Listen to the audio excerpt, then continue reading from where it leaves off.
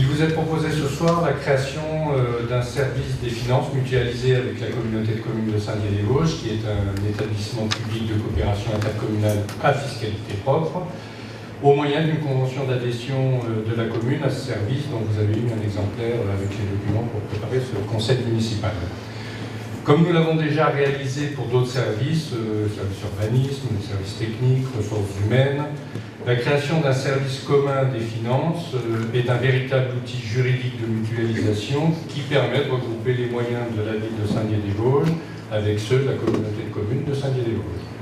Le but recherché, bien entendu, c'est de répondre aussi bien aux besoins de la ville qu'à ceux de toutes les communes membres de la communauté de communes, en réunissant toutes les compétences dont disposent les deux collectivités en matière de finances.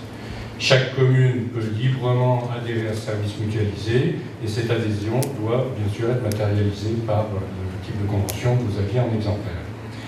Le service qui sera créé sera constitué d'un effectif de 10 personnes, 7 sont issus des services de la ville et 2 sont issus de la communauté de communes. La personne manquante est à recruter, c'est le directeur du service.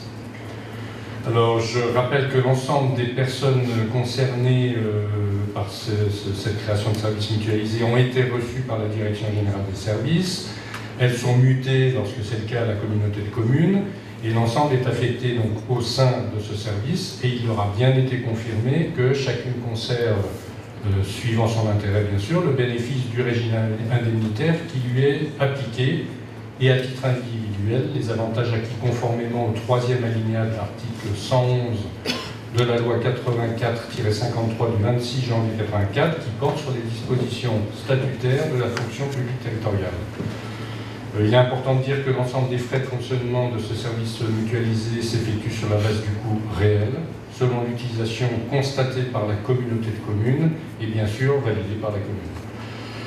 Toutes ces dépenses de fonctionnement de ce nouveau service, qui sont les charges de personnel, les frais généraux, les fournitures courantes, l'ensemble des contrats et services rattachés au fonctionnement de ce service, sont calculés annuellement à partir des dépenses du dernier compte administratif. La communauté de communes et la commune adhérente au service peuvent choisir d'imputer les dépenses constatées sur l'attribution de compensation.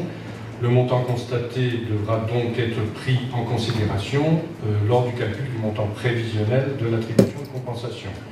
Et je rappelle bien sûr que le montant, les modifications du montant des attributions de compensation doivent être soumises impérativement au vote des 2 assemblées délibérantes.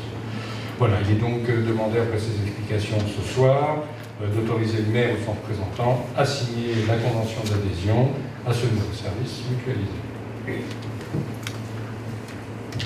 Merci, monsieur l'adjoint au maire. Donc, pour que vous avez fort bien présenté cette délibération, pour que les choses soient nettes, y compris pour le public, quand on parle de la création d'un service mutualisé, c'est donc un service que la ville va désormais payer à la communauté de communes. Tous les personnels qui s'occupaient auparavant des finances de la ville deviennent des personnels de la communauté de communes.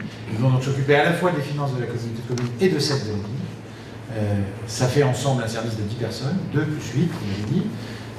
Et au lieu pour rémunérer la communauté de communes des services qu'elle nous rendra à la ville quand nous aurons besoin de gérer nos finances, au lieu d'impacter nos dépenses, c'est-à-dire de payer à la communauté de communes cette somme, nous impacterons nos recettes.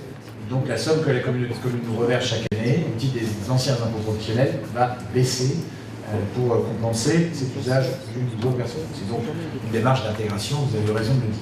Est-ce qu'il y a des demandes de prise de parole sur ce sujet? Nous pouvons donc passer au vote. Qui est pour? Qui est contre? Tout budget confondu, avec les budgets annexes, nous sommes sur un budget à la ville de Saint-Dié-des-Vosges d'à peu près 56,5 millions d'euros, 56 442 563 euros exactement. Alors, gardez ce chiffre de 56,4 millions d'euros, tout budget confondu. Si vous comparez avec la communauté de communes, pour le budget principal, tout confondu, on est à 20 700 000 euros, c'est-à-dire que la communauté de communes est un peu moins a un budget qui est un peu moins de la moitié de celui de la ville de Saint-Dié. Et en tout budget confondu, il est de 27 684 954 euros, c'est-à-dire à peu près la moitié du budget de la ville de Saint-Dié-des-Vosges. Donc pour un organisme qui était créé il y a 2 ans, tout budget confondu, on est déjà à la moitié du budget de la ville. Et il est vraisemblable, avec la nouvelle intégration et l'élargissement, il faut s'attendre à ce que le budget de la future communauté d'agglomération soit supérieur à celui de la ville de Saint-Dié-les-Vosges. Cela donne aussi une idée de l'endroit où les enjeux aussi se situent dans les années qui viennent. Voilà, je dis ça parce qu'évidemment, ces fonctionnaires intercommunaux désormais, monsieur l'adjoint aux finances, eh bien, que vous pourrez toujours solliciter avec la même, voilà, la même efficacité que nous vous connaissons tous, eh bien, ces fonctionnaires intercommunaux auront géré ces 2 budgets confondus, ce budget de 56 millions et demi et ce budget de 27,7 millions.